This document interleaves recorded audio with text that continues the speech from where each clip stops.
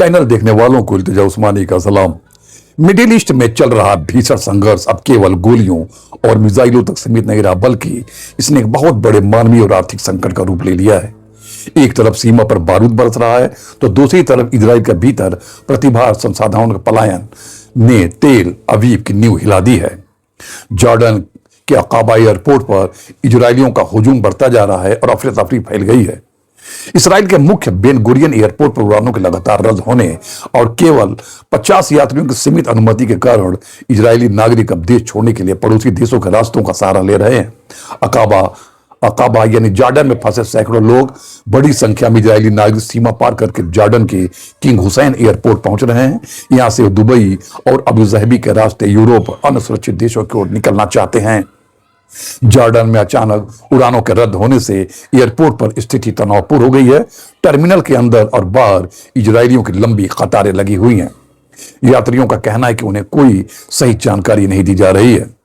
Israeli शहर एलात से Jordan के अकाबा तक का महज 15 किलोमीटर का सफर तय करने में लोगों को 4 से 5 घंटे लग रहे हैं। एक चौंकाने वाली रिपोर्ट आई है कि 2 साल में 1 लाख से ज्यादा इसराइलियों ने इसराइल छोड़ दिया है।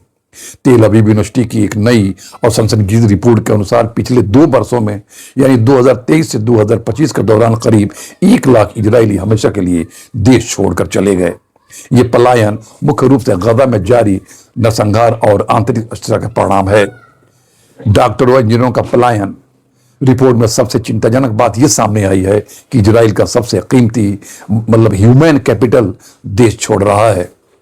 आंकड़ों के अनुसार करीब 950 डॉक्टर देश छोड़ चुके हैं। इसमें 2/3 वे एक्सपर्ट्स हैं जिन्होंने इसराइल के टॉप मेडिकल स्कूलों से पढ़ाई की और जिनकी उम्र 40 बरस से ज्यादा है।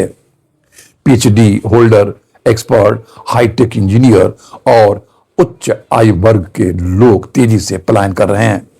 एक्सपर्ट ने चेतावनी दी है कि अगर ये ब्रेन ड्रेन इजराइल की इकोनॉमिक और स्वास्थ्य व्यवस्था के लिए अस्तित्व का खतरा बन सकता है। इस बीच ईरान की मिसाइलों ने इसराइल के दक्षिणी औद्योगिक केंद्र नगेव और बेरिशीमा में तबाही मचाई है। उसने प्रमुख केमिकल फैक्ट्री पर मिसाइल गिरा दी, जिससे जहरीले धुएं का रिसाव शुरू हो गया है, जिससे पूरे इलाके में दहशत फैल गई है।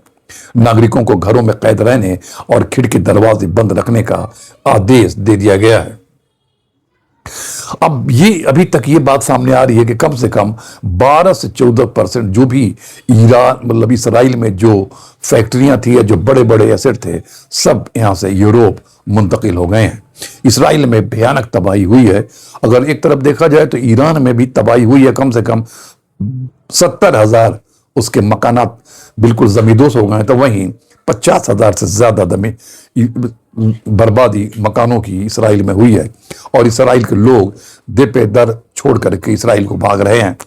और इसराइल का अभी आपने देखा होगा, पिछले दिनों एक वीडियो आया था जिसमें इसराइल के लेबनान से सटे हुए एक शहर का जो मेयर था वो रोता हुआ नजर आ रहा था कि हमको बचा लीजिए, इसलिए कि हमको लेबनान की तरफ से जो हिजबुल्लाह हमले कर रहा है जीने नहीं दे रहा है।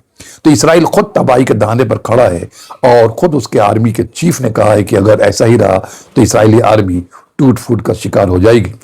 तो ईरान ने गले से पकड़ रखा है और ईरान के पास खोने के लिए कुछ नहीं है, क्योंकि वो अपने मुल्क, अपने वजूद और अपने अस्तित्व की लड़ाई लड़ रहा है। ऐसे में इसराइल के वजूद का भी खतरा बढ़ता जा रहा है और उसी की हिफाजत के लिए अमेरिका आगे बढ़ रहा है, लेकिन अमेरिका भी काफी नुकसान उठा चुका है। सबसे बड़ी बात यह है कि इसराइल में बड़ी कम आबादी और छोटा सा देश है। अगर इसी तरह से लोग भागते रहे तो उसको बहुत गहरा झटका लगने वाला है।